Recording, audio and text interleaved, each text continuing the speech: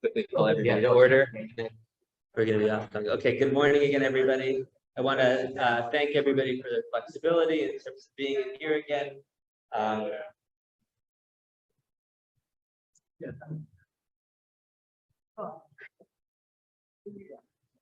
Okay, we know that Dr. Mermelstein is no stranger to the BMT. Danny, can you hear me? Okay. And we very, very much look forward to this lecture on Josephus. Just wanted to please ask everybody, I know that people have come up to me and told me that it's a little bit cold in here. I do apologize for that. I'm going to see if there's a way that the staff can raise the temperature by a little bit, but just hang in there for the time being, and hopefully, as the rabbinic expression goes, the warmth and light of Torah will sustain everybody over the course of the next few minutes, and I try to correct.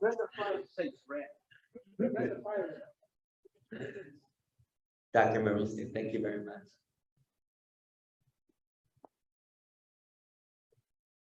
Good morning. So everybody hopefully should have a copy of the sources in front of you. Okay, great.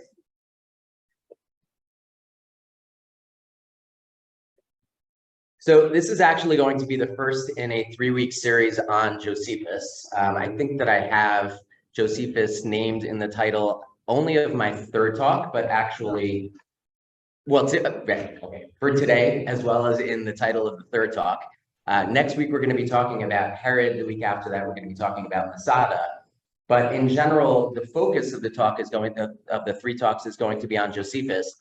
So let me just quickly introduce why it is that I chose to focus on Josephus in such a single-minded way. So we're going to be commemorating the 17th of Tammuz in less than a month, the beginning of the 3 weeks, followed by the observance of Tisha B'Av.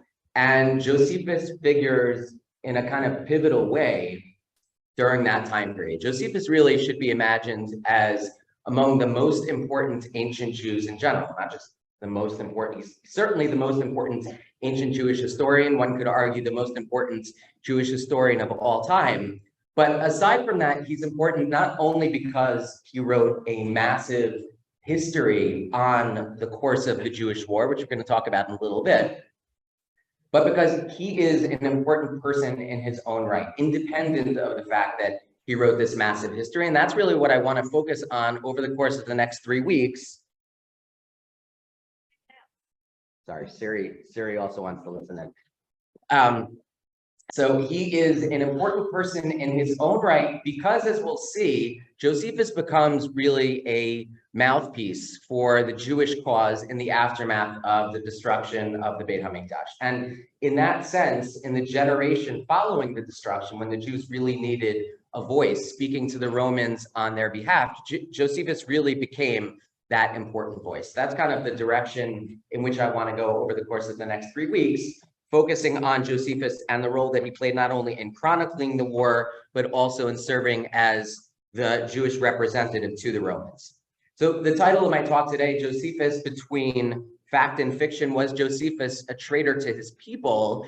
As I'll talk about in a few minutes, I think that the general kind of popular view is that Josephus is actually not someone to be admired, that actually Josephus really betrayed the Jewish cause, that he became a stooge for the Romans, that he became kind of a writer on behalf of the propaganda wing of the Roman Empire, and that he's not somebody who we therefore should admire. And what I want to argue is that that's actually a completely misguided view of Josephus. So for today, the notion is that I want to dispel that very popular notion and present a very different view of this very important historian. So let me introduce Josephus first by way of background so that we get ourselves oriented, and then we'll begin looking at texts. So Josephus is a Kohen born in the year 37 CE. He tells us a lot of this during the course of his writings. We're going to talk about his writings at great length. He's born in around the year 37 CE. He's a Kohen.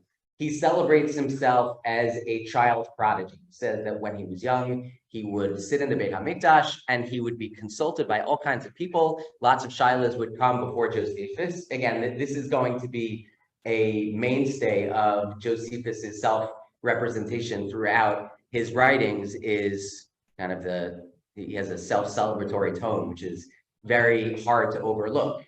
And it's, in some cases, it's a little bit much, right? It's hard to kind of get past. But he was apparently an important person because at the age of 26, he was sent on an important mission by the Jews in Jerusalem. A couple of Kohanim had been taken captive by the Romans for reasons that are a little bit unclear. And Josephus and a couple of his other Kohanim colleagues actually were sent by the Jews in order to plead the case on behalf of these Jewish prisoners, which means, first of all, that he was apparently senior enough and important enough that he would be charged with this important mission at the age of 26. And it also means that he was probably well integrated into Roman society. He couldn't go before the emperor and plead the case on behalf of the Jews, first of all, if he was not conversant, at least in Greek. There's no indication that he actually was really conversant in Latin, but certainly had he not been conversant in Greek and with the mores of Roman culture, it's unlikely that he could have been charged with this important mission. And so it also tells us something about the extent to which Josephus maybe was not only very learned in the Jewish tradition, but was also somewhat acculturated into the Roman world as well. Josephus is in Rome for 3 years, and that's important because, as we'll talk about, he is taken back to Rome as a prisoner of war after the war, and he seems to have already made contacts during the course of this 3-year period before the war. But he comes back to Israel in the year 66 to discover that the Jewish revolt against Rome has already taken place. The second Beit HaMikdash was built in the year 515 BCE, and it goes through a number of cycles. First, the Persians are ruling over the Jews, then the Hellenistic empires. Finally, the Romans take direct control over Judea in the year 63 BCE. Even after 63 BCE, the Jews continued to rule themselves. They enjoyed political sovereignty, as we'll talk about next week, up until the year 6 CE. So for about 70 years, first 70 years of Roman rule, the Jews continued to rule themselves. That's the period of Herod. But then in the year 6 CE, the Romans decided to take direct control. They take direct control in the form of kind of low-level administrators who are known as first prefects, then procurators, Pontius Pilate maybe being the most well-known of these procurators. Technically, he was actually a prefect. The term changes at some point during the course of the first century. But in the year 66 CE, revolt breaks out. It's beyond the purview of these talks to talk about why exactly it breaks out. The Jews basically have had enough of Roman rule, certain religious insensitivities. There is a serious socioeconomic divide that takes place among Jewish society. There is tension between Jews and Gentiles throughout Israel that Romans seem not to have really been very responsive to. So revolt breaks out, led apparently by a group of Kohanim. Now, Josephus described there being 2 parties during the course of this rebellion, which begins in the year 66. He talks about a much more radical group of Kohanim, much more radical group of insiders who are going to be part of the war party. And he talks about a much more moderate group of people who, though committed in principle to the war, did whatever they could to try to talk the rebels out of the revolt, right? To try to walk them back and to ensure that the Beit HaMikdash wouldn't actually be destroyed. Josephus identifies himself with this latter war party, the war party represented by the moderates, and he's part of an inner circle of people who assign different members of this war party to serve as generals in different parts of the country. Josephus is tasked with serving as general in the north, in the Galilee, in the year 66. By Josephus's own admission, his 6-month tenure as general in the north is an unmitigated disaster. He tries as much as he could to create unity among the Jews. And so that is, if he's a moderate, what he's trying to do is to win over the Galilean Jewish population to his side. The problem is that there are Galilean Jews who are opposed in principle to the war entirely. And there are also Galilean Jews who are part of the more radical wing of the war party. And so Josephus says that he struggled during the 6-month period to try to create unity, but he really was unable to do so. And he was actually so disastrous as a general that there was an attempt by the Jerusalem war party to recall him as general, which failed.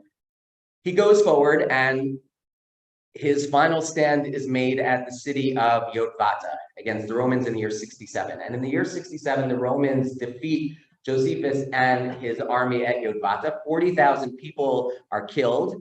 Josephus survives, and along with 40 of his distinguished colleagues, he takes refuge in an underground bunker. After a couple of days, the Romans discover the whereabouts of Josephus and his colleagues, and a conversation among them breaks out as to what exactly they should do. And they imagine themselves as having two options. They can either commit suicide, or they can give themselves over to the Romans. Josephus is inclined to give himself over to the Romans, but his other 40 colleagues say that they're going to kill him if he tries to do so. And so instead, Josephus speaks out against the possibility of suicide, says that in principle it's against halakha to kill yourself. Instead, he proposes a course of action, which I'm not sure we would say is any more acceptable to halakha. Basically says, let's all draw lots, and each one of us will kill our neighbor. Right, so again, I'm not sure how exactly the calculation works there, but each of them draws lots. They buy into Josephus' suggestion. Each of them draws lots, and of course, Josephus is one of the final two left standing. Now, the expectation is that the final person will actually commit suicide, but Josephus said, before we get to that point, the only way that I can explain why I, the general, one of the last two people standing, is of course divine intervention. God wants me not to kill you or for you to kill me. God actually wants both of us to give ourselves over to the Romans to become prisoners of war, and hopefully we can work from the inside to try and save the Jewish cause. And so that's what Josephus does. Josephus leaves aside the 30-something other of his colleagues who did actually kill themselves or were killed by their colleagues, and he and this other person give themselves over to the Romans. Josephus is taken as prisoner of war, and shortly afterward, he appears before Vespasian, who at that time is the general, the Roman general leading the response to the revolt. And Josephus, in a scene that's reminiscent of the one that the rabbis talk about in the case of Rabban Yochanan ben Zakkai, we know the Gemara in Gittin, in which Rabban Yochanan ben Zakkai appears before Vespasian, hails Vespasian as the future emperor. Josephus recounts the very same incident in which he appears before Vespasian, then the general, and says, you are one day going to be emperor. Vespasian, of course, we know, eventually does become appointed as emperor in the year 69-70. When that happens, Josephus is elevated from his status as the prisoner of war, and he becomes an important person in the siege against the Jews when the Romans actually make it to Jerusalem in the year 70. He becomes the translator of the Romans to the Jews, and he becomes the spokesman trying to talk the Jews away from actually pressing their claim against the Romans. He says, now that the Romans are here, this really is our final chance. Because if we don't lay down arms, the inevitability is that the Romans are going to defeat us. If they defeat us, they're not only going to kill thousands of us, they're going to destroy the temple. They're going to exile many of us. Let's take this final opportunity not to press our claims forward. Josephus is reviled by his Jewish compatriots in Jerusalem because, after all, he was failed general who ended up giving himself over to the Romans. They're completely dismissive of him, and as we know, the temple is ultimately destroyed in the year 70. The kind of final nail in the Jewish coffin takes place in the year 73 at Masada, which is what we're going to be talking about in my third talk.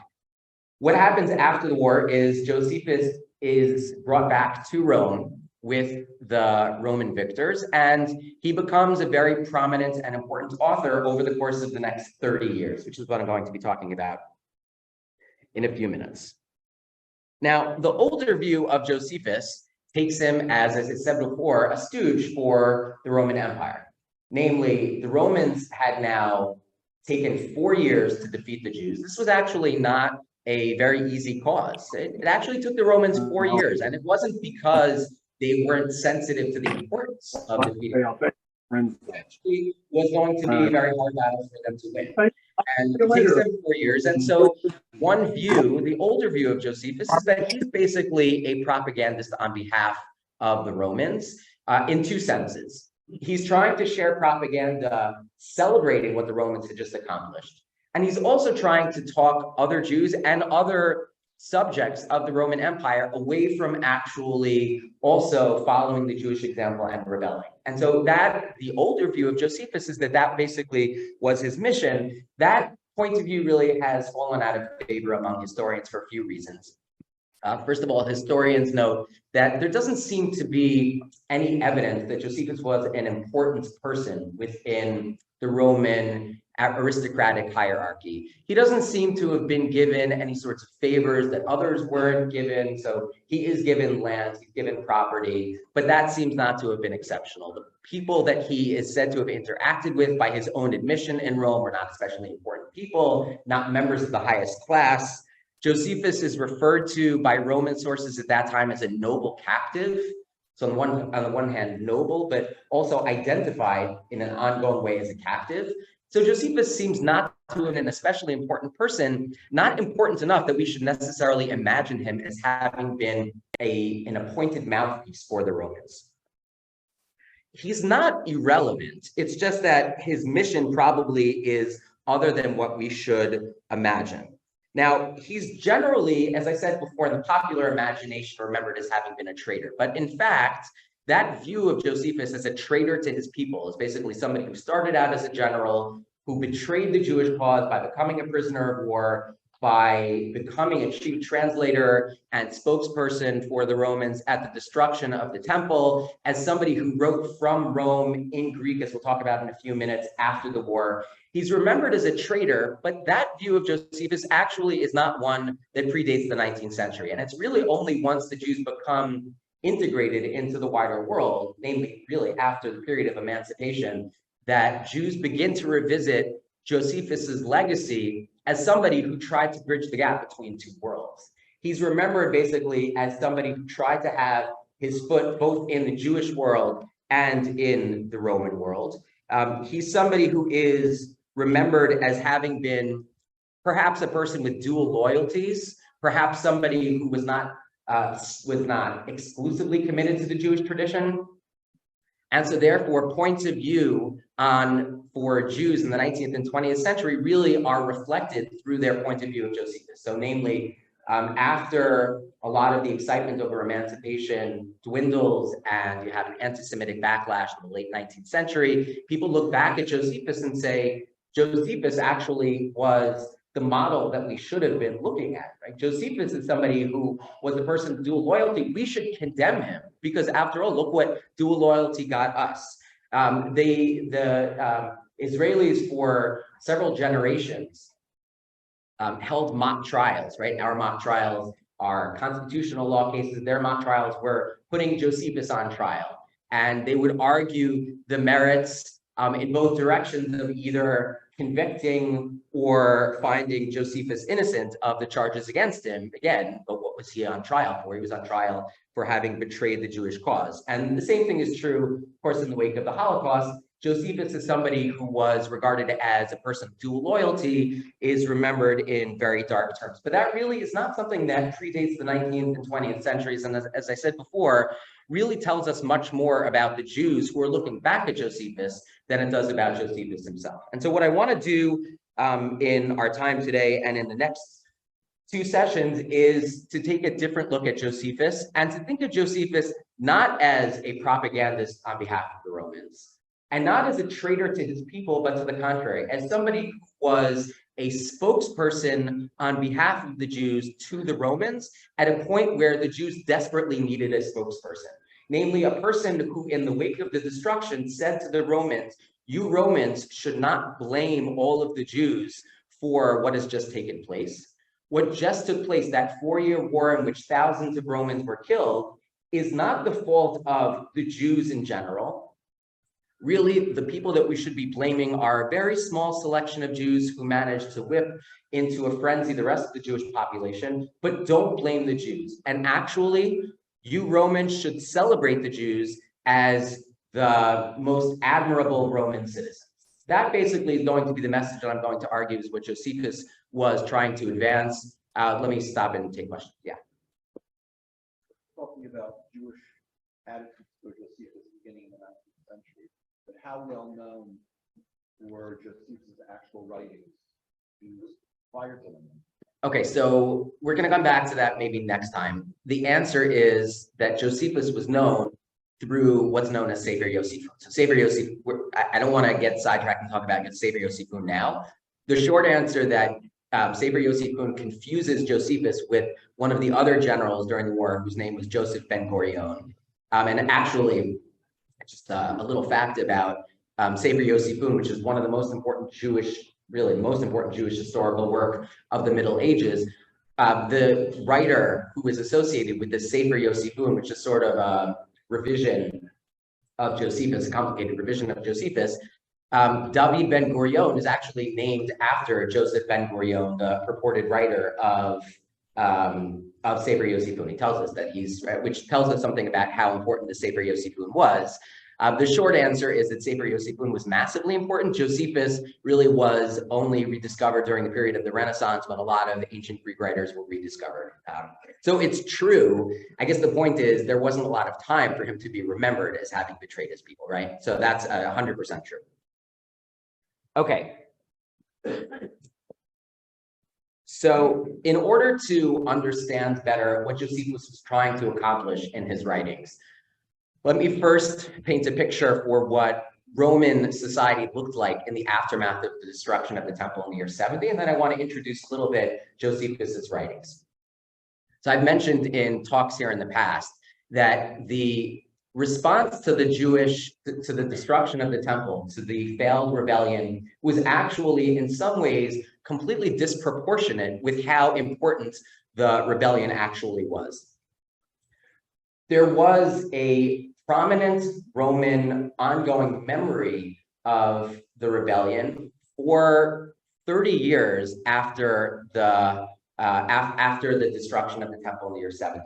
And we see that in a number of ways. There were multiple arches that were erected, right? We know of the Arch of Titus, but there actually was a second Arch of Titus that was erected on the other side of Rome in the Circus Maximus. We don't actually have any remnants of that arch, but there is a surviving inscription, which means that there were two arches at each end of Rome celebrating this victory over the Jews, which is exceptional. There were other arches celebrating victories, but we don't actually have evidence of multiple arches celebrating other Roman victories.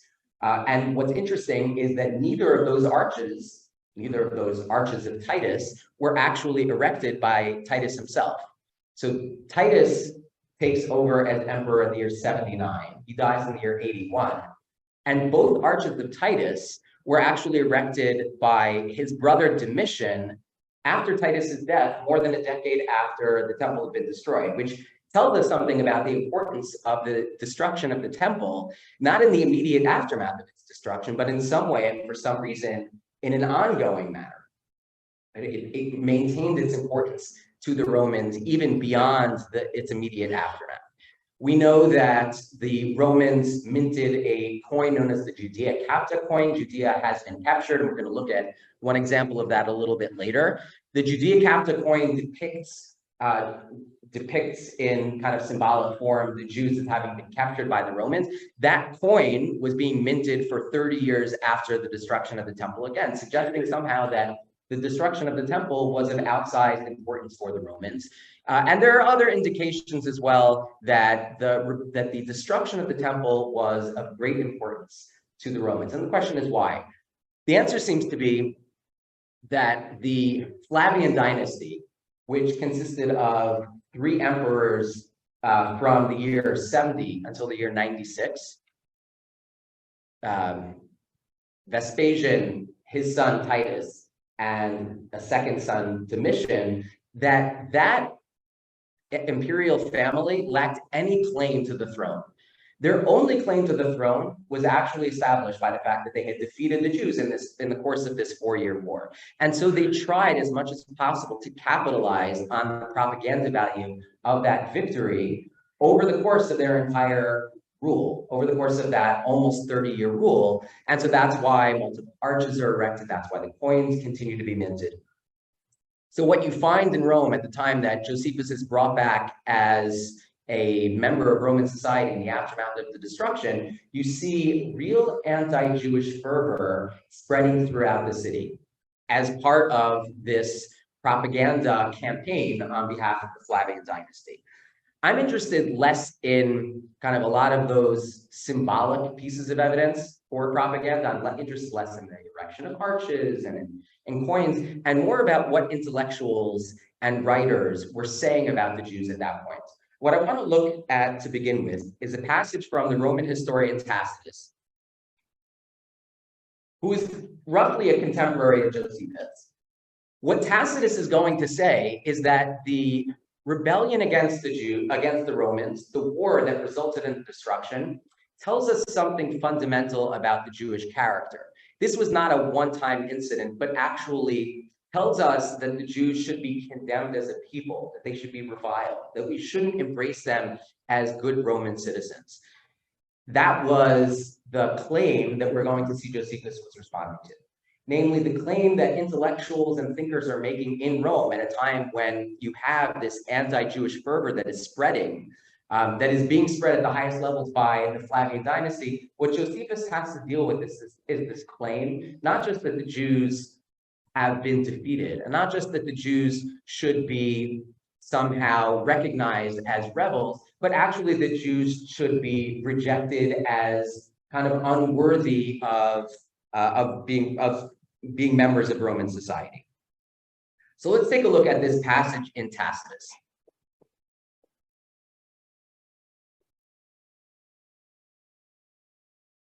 This is at a point in Tacitus where Tacitus is actually writing about the war against the Romans. What I'm interested in is not what he says about the war, but how he sees the war as informing our understanding of Jewish character.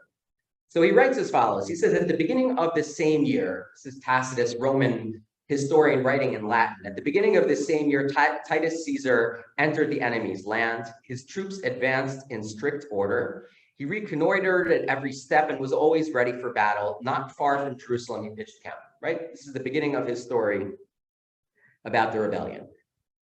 And now he goes on and talks about Jewish history in a way that will paint the Jews in a very dark and negative light.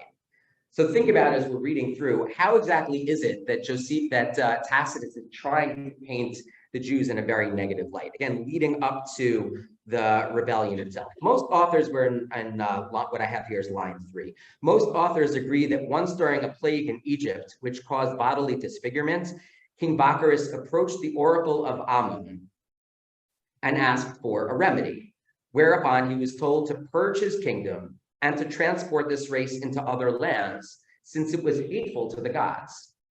So the Hebrews were searched out and gathered together. So this is the version of Yetzias Mitzrayim that Tacitus is recalling.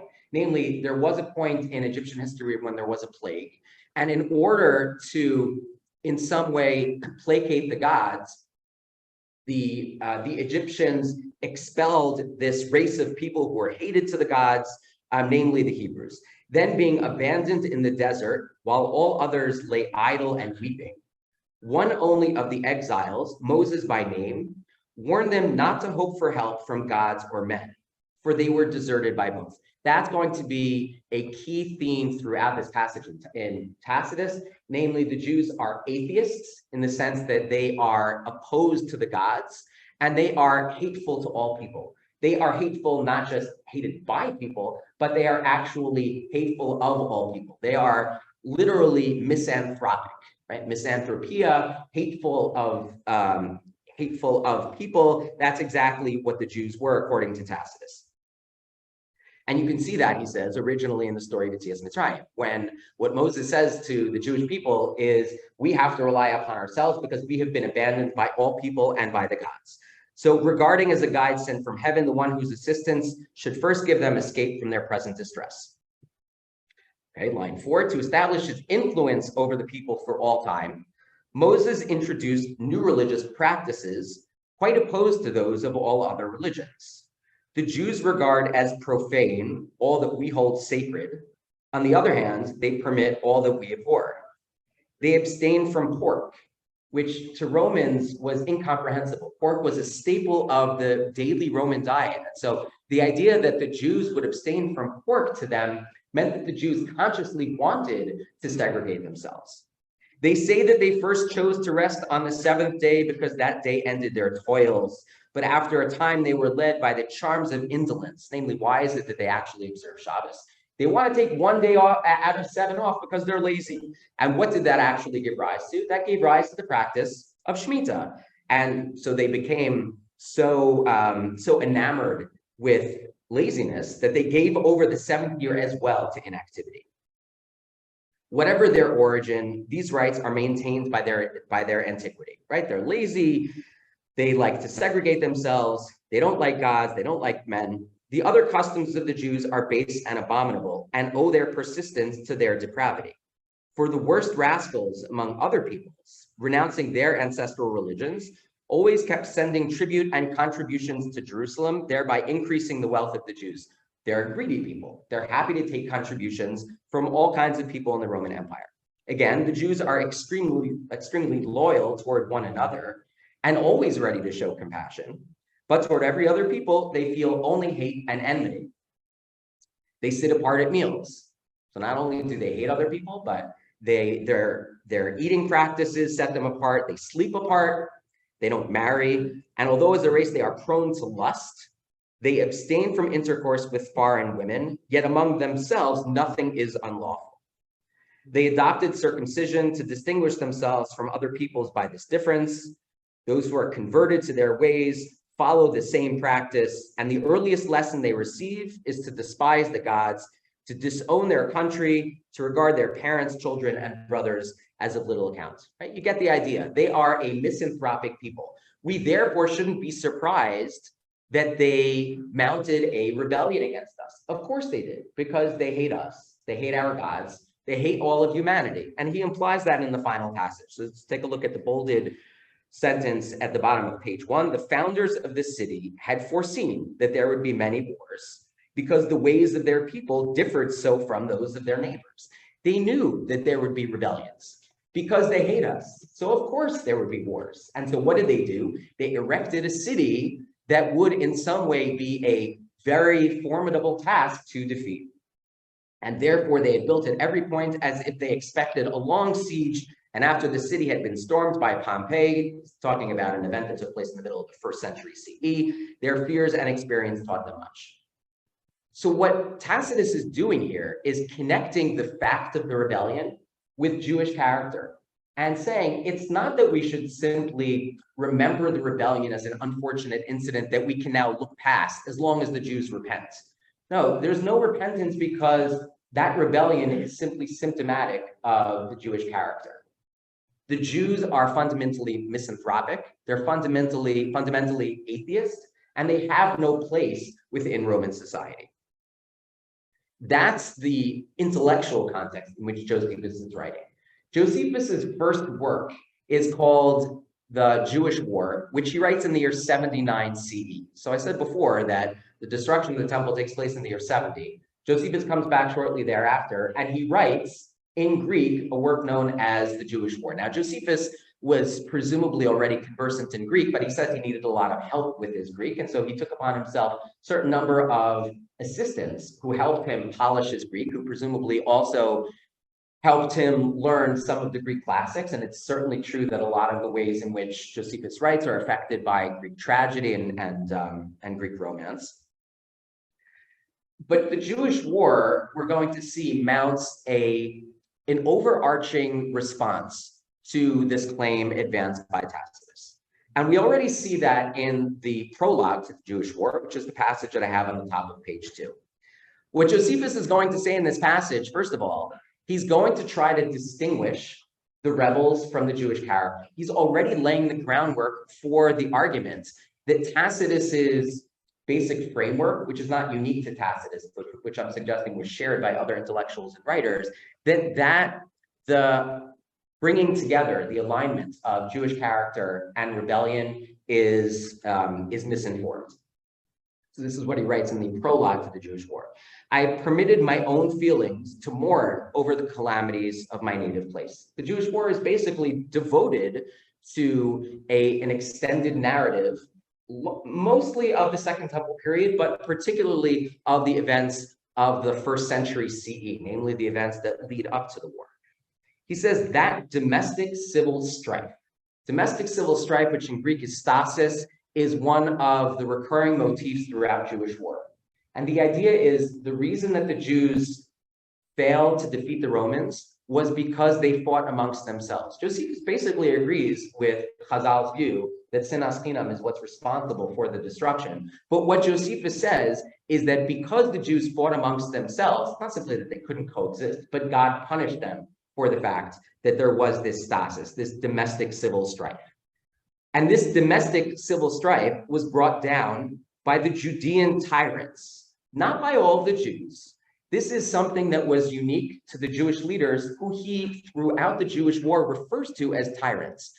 His point being that there was this small group of Jews that imposed their will on the Jewish population in general.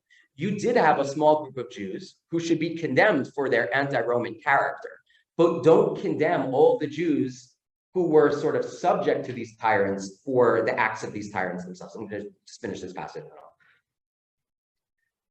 So that domestic civil strife brought it down, and the Judean tyrants drew both the Romans' unwilling hands and the fire upon the shrine. Titus Caesar was its witness. He gave opportunity, even during the siege, for a change of mind on the part of those responsible. The focus is not on the Jews. The focus is on this group of people who themselves were responsible, who he again refers to in the next line as tyrants. Now, in case anyone might recklessly impugn what we say accusingly against the tyrants and their bandit bloc, or our groaning over the misfortunes of our native place, let him grant indulgence for this feeling beyond the law of history. Namely, I'm going to chronicle my history, but I'm not a disinterested party. I am going to lament the fate of the Jews, but at the same time, I'm going to pin blame for the state of the Jews on this one group of people who he's already introducing as a group of tyrants. This group of tyrants, he is going to position in contrast to the ideal Jewish leader. And the ideal Jewish leader, he is going to identify as a member of his own moderate party, a Kohen Gadol whose name was Hanan ben Hanan, or Ananis ben Ananis. Ananis ben Ananis, somebody who's referred to in the next two passages as somebody who is in some ways the antithesis of those tyrants. And he writes as follows in the second book of Jewish War: in Jerusalem, Ananis, the chief priest, and those of the powerful men who were not sympathetic to the Romans were preparing the walls and many war machines. Throughout the whole city, projectiles and body armor were being forged, talking about the preparations that were being laid for the rebellion. But Ananis, nonetheless, harbored the intention of bending the insurgents and the recklessness of those called disciples or zealots to the more beneficial course, as he gradually sidelined the preparations for war, but he succumbed to the violence. So he served basically as a fifth column from inside, trying as much as possible to thwart this rebellion already at its outset. So he's part of the war party, but as a moderate, what he's trying to do is to make sure that the rebellion sort of veers off course. But it turns out that he failed in this. And that's what we read about in the next passage, which is from book 4 and is recounting an event from the year 68. let me just read parts of this passage and I'll take questions right after that. What happens to Ananus? So Ananus ben Ananus, I should not be wrong, Josephus says, in saying that the capture of the city began with the death of Ananus, and that the overthrow of the walls and the downfall of the Jewish state dated from the day on which the Jews beheld their high priest, the captain of their salvation, butchered in the heart of Jerusalem. Because the zealots, the more extreme wing of rebels, did everything that they could as long as Ananus ben Ananus was alive to sideline him. And when that became impossible, they went ahead and murdered him. And Josephus says here and elsewhere that this was really the beginning of the end for the Jews, because God was punishing them for the fact that they had killed this leader. And so he goes on and says, a man on every ground revered and of the highest integrity, Ananus, with all the distinction of his birth, his rank, and the honors to which he had attained, yet delighted to treat the very humblest as his equals. This is the antithesis of the sort of rebellious nature that Tacitus was describing.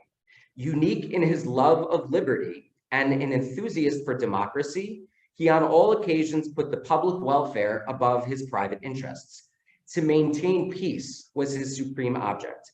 He knew that the Roman power was irresistible, but when driven to provide for a state of war, he endeavored to secure that if the Jews would not come to terms, the struggle should at least be skillfully conducted. In a word, had Ananus lived, they would undoubtedly either have arranged terms, right, would have figured out a way to end the war, for he was an effective speaker whose words carried weight with the people, or else, had hostilities continued, they would have greatly retarded the victory of the Romans under such a general. Josephus's point is, look not at the rebels, basically this group of tyrants who whipped the rest of the Jews into a frenzy. Look instead to Ananus ben Ananus as the ideal Jew. And in that way, distinguish the Jewish character from the fact of rebellion. And now in the aftermath of the destruction, don't continue to blame the Jews, don't continue to sideline the Jews as worthy citizens of the Roman Empire. To the contrary, what we should recognize about Ananus ben Ananus is he shares the ideals. He was the ideal Roman leader who unfortunately was murdered by those very same Jewish tyrants. Okay, let me stop and take questions for 2 minutes. Yeah. 2 questions. Yeah. When Josephus uses the word tyrant, is he using it in the classical sense of leader? Or He's using it in the pejorative sense? Correct. He's using it in the pejorative sense. All right. My second question is, do we know who this Ananus is from other sources? He's referred to in elsewhere in Josephus. He was the head of the Sanhedrin at his time, and he actually convened a meeting of the Sanhedrin to kill James, the brother of Jesus.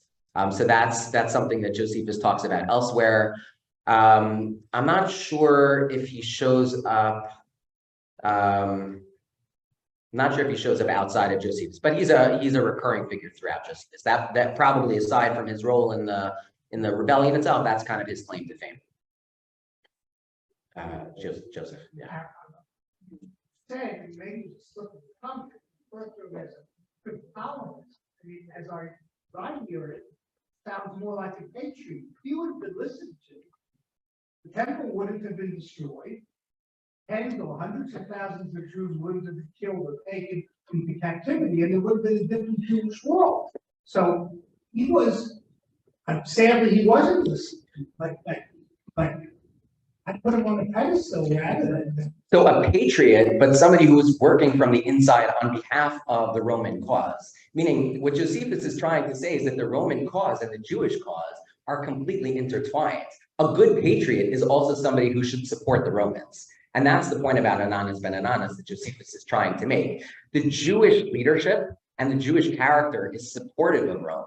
Ananus ben Ananus, as the ideal Jewish leader, as the Jewish patriot, is also a patriot of the Roman Empire. So that's what I meant. Yeah. He's part of the war party, sort of like trying to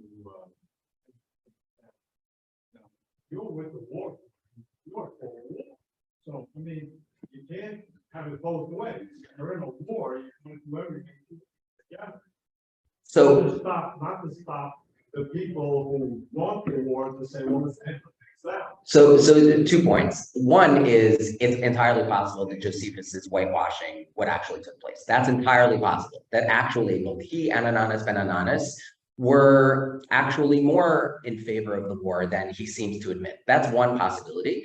And I think the second point is that at least according to Josephus, Ananus didn't have an alternative, meaning if you were opposed to the war, you were necessarily going to be killed by the more extreme zealot wing. And so when the only course of action that remained for someone like Ananus, and the only course of action that remained for somebody like Josephus, was to participate, but sort of to try to play a subversive role from the inside. That's at least the way that Josephus tries to describe it.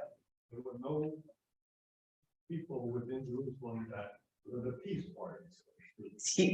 Nobody who tried, okay, the only person that really advocated for peace, according to Josephus, was Agrippa II, who was sort of appointed by the Romans at that point. And Agrippa II was driven out of Jerusalem eventually by the Jews. So anybody who tried to align themselves with a genuine peace party had no voice. And that's the point that Josephus is trying to make. I think rather than taking more questions, because I do want to make sure that we get through a little bit more, I'm happy to stick around for as long as everybody wants, but let's just continue.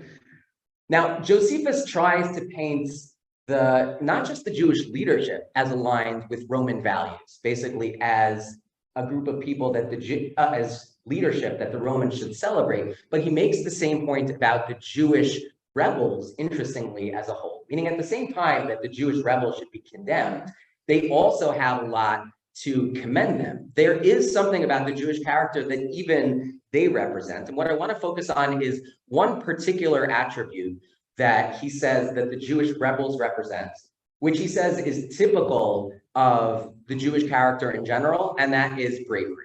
We know there are a number of cardinal virtues within the Greco-Roman hierarchy of virtues, among which was the virtue of bravery. In Greek, bravery is andreia, which literally means manliness. So it's not just bravery, it's not just courage, but it's manly courage. And there's a lot of discussion. And in general, the point of view seems to have been that bravery was not a virtue that was available to women precisely because it was a manly virtue. Now, that's part of the reason why, as you see on page 3, just turn the page, the Judea Capta coin always portrays Judea as a woman. And there are numerous versions. This is just one good version of the Judea Capta coin. You see Judea being portrayed as a mourning woman on the right, a palm tree presumably representing Israel in the middle, and you have Vespasian on the left. Now, just notice a few things about Vespasian. So first of all, Vespasian is holding a spear in his right hand. He is holding a dagger that was typical of Roman emperors in his left hand, and it shows up. This dagger shows up in a lot of Roman contexts, a lot of inscriptions, a lot of coins. Notice the way that he's holding it, though. So in other coins, it's not being held up; it's kind of being held to the side. He's holding it up in sort of a phallic direction, almost as kind of an erect phallus. There's a certain sexual connotation to the coin. You have this poor woman on the side. We know that rape was celebrated as kind of a wartime, not just something that was permitted, but something that was celebrated because it demonstrated Roman superiority over the feminine conquered people. And so here the idea seems to be you have the very large Roman, compare them in size, Vespasian, the conquering emperor on the left, the mourning Jew on the right, mourning Jewish woman on the right, Vespasian, the virile man, portrayed with this sort of erect phallus in a very suggestive way. What this is meant to symbolize is it's meant to paint the Jews as very feminine. And if one of the important Greco-Roman virtues was masculine bravery, how better to condemn this conquered people than actually to describe them as sort of as kind of pathetic women who are being penetrated by the Roman conqueror. What Josephus is going to write about, Josephus is going to respond to this characterization of the Jews and try to highlight the fact that the Jews are brave, the Jews are courageous men, and that actually manly bravery is a fundamental Jewish virtue. And in that way, what he's trying to say about the Jews is not only does the rebellion not point to the feminine character of the Jews, but actually, if we appreciate what Judaism represents, Judaism actually represents manly bravery. And again, in the same way that he's trying to portray Ananus in a way that makes him an appealing leader to the Romans, he's going to describe the Jews also as these manly men, as people that should be embraced by the Romans. Again, from within the Roman set of ideals. So let's take a look at a number of passages in which Josephus describes the Jews as brave, manly men. Again, and here he's talking about the rebels, which is interesting. At the same time that he's condemning the rebels as inconsistent with the Jewish character, he's also going to describe them as brave men who in some way are emblematic of Jewish bravery. So let's take a look at a few passages. The first one is from War Book 4. For he, Vespasian, foresaw that no light toil was in store for him under the walls of Jerusalem, and he conjectured that the spirit and daring of its defenders would, even without walls, render their reduction a difficult task. I mean, they're so brave that the Romans wouldn't have an alternative to being trained. He accordingly, in this last sentence, he accordingly trained his soldiers like athletes for the fray, because he recognized that the Jews constituted a formidable force. These are brave, courageous, manly men. Continues along that line in the next passage from Book 6. They found their opponents in no wise chastened by their severe misfortunes, while their own, talking about their opponents being the Jews, while their own hopes, the Roman hopes, were continually dashed, their earthworks mastered by the enemy's stratagems, their engines by the solidity of the walls, their close combat by the daring of their antagonists. But worst of all was the discovery that the Jews possessed a fortitude of soul in the original Greek is Andrea, possessed a fortitude of soul that could surmount faction, famine, war, and such a host of calamities. They fancied the impetuosity of these men to be irresistible, and their cheerfulness in distress invincible. These are not just people that are somehow fighting what he says here as a war that is somehow unfortunate, right? They're not fighting a war that is going to end in inevitable defeat. They're fighting a war that they are committed to, and they're fighting a war that they think that they can win by virtue of their manly bravery.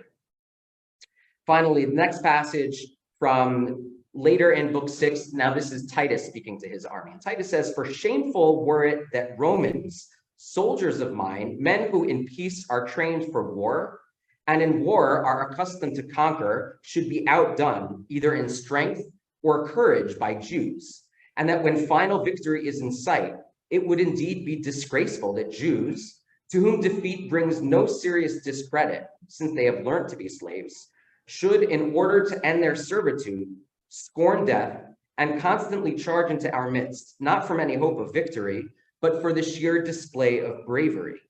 And yet that you, masters of well nigh every land and sea, to whom not to conquer is disgrace, should never once venture into the enemy's ranks, but should wait for famine and fortune to bring them down, sitting idle with weapons such as these. What are the Romans doing? They're not even trying to engage the Jews. The Jews are fighting back because they are manly men. What are the Romans doing? They're basically just waiting it out until the Jews succumb to famine. And Titus's point here is, you Romans are behaving like feminine cowards, while it's the Jews, these brave people, that in some way are playing the part that we should be playing. Again, what Josephus is emphasizing is that the Jewish rebels actually constitute, in this way, the best of the Romans. The Romans should embrace the Jews as brave people, as people who aspire to be manly men, just as they are. And it's not just the rebels that Josephus describes in this vein. The rebels are not the only people that were brave. He actually describes this as characteristic of all Jews in general. And that's what we have at the top of page 4. Josephus here is describing the sect known as the Essenes. Last year, I spoke here about the Dead Sea Scrolls, which perhaps is associated with the group known as the Essenes. And the Essenes actually seem to be described by Josephus as representative of the best of Judaism. It goes on at great length and talks about the Essenes, but What's interesting is the Essenes did not directly participate in the war, but he says that basically they represented this very same virtue of bravery, of manly courage in their fight against the Romans. He writes as follows. He says at the top of page 4, they, the Essenes, make light of danger and triumph over pain by their resolute will. Death, if it come with honor, they consider better than immortality. The war with the Romans tried their souls through and through by every variety of test. Racked and twisted, burnt and broken, and made to pass through every instrument of torture, in order to induce them to blaspheme their Lord, their lawgiver, or to eat some forbidden thing, they refused to yield to either demand. Namely, their commitment to halacha fundamentally shaped their manly bravery.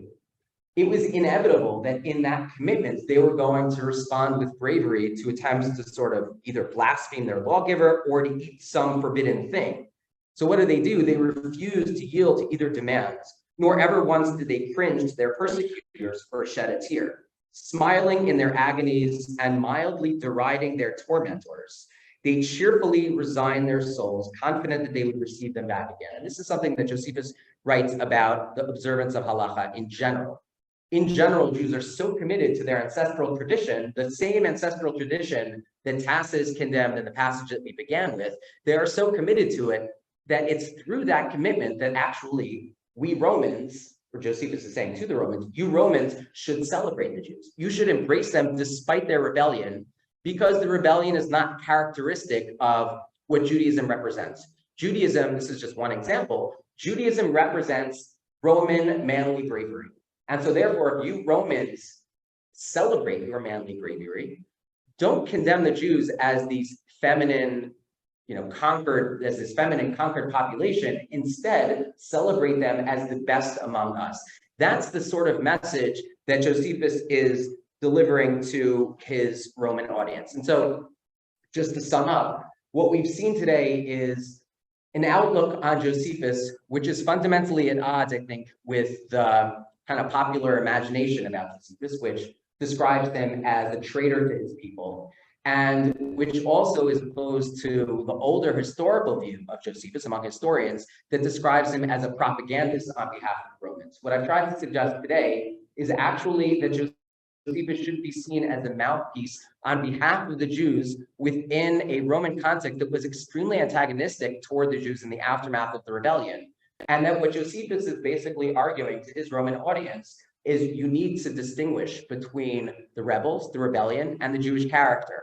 And despite the sort of scar that the rebellion might have left on Roman society, and despite the propaganda value that you Flavians see in the rebellion, you need to embrace the Jews as the best among you. You need to move past this rebellion, and you need to celebrate us in some ways as the ideal Roman citizens. What we're going to see next week is that this view of the Jews is also something that Josephus, sort of visible in Josephus's characterization of King Herod.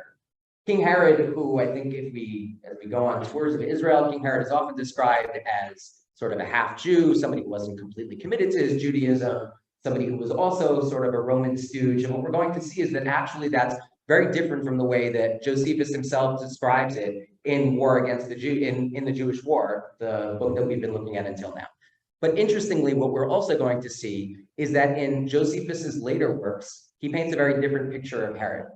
In Jewish War, Josephus is actually going to describe Herod much like he did Ananus ben Ananus, that Herod is the best of the Jews, and he should be celebrated by the Romans, because after all, what we've seen is that Judaism represents the best among the Jews. But we're going to see that Josephus's understanding of Herod evolves as his argument on behalf of Judaism evolves as time goes on. We're going to look at another one of Josephus's writings known as Antiquities of the Jews next time. We're going to want to compare the competing portraits of Herod in both the earliest of his works, the one that we've been talking about today, Jewish War, and Antiquities of the Jews, the work that we're going to be looking at in detail next time, and try to understand what was the message that Josephus was delivering to his Roman audience at a later point in time. we're going to see that it bears a resemblance to what we've talked about today in some regards. In other respects, it's a little bit different. So that's where we're going next time. I am happy to stick around for questions. Otherwise, I hope to see all of you next week. What's that?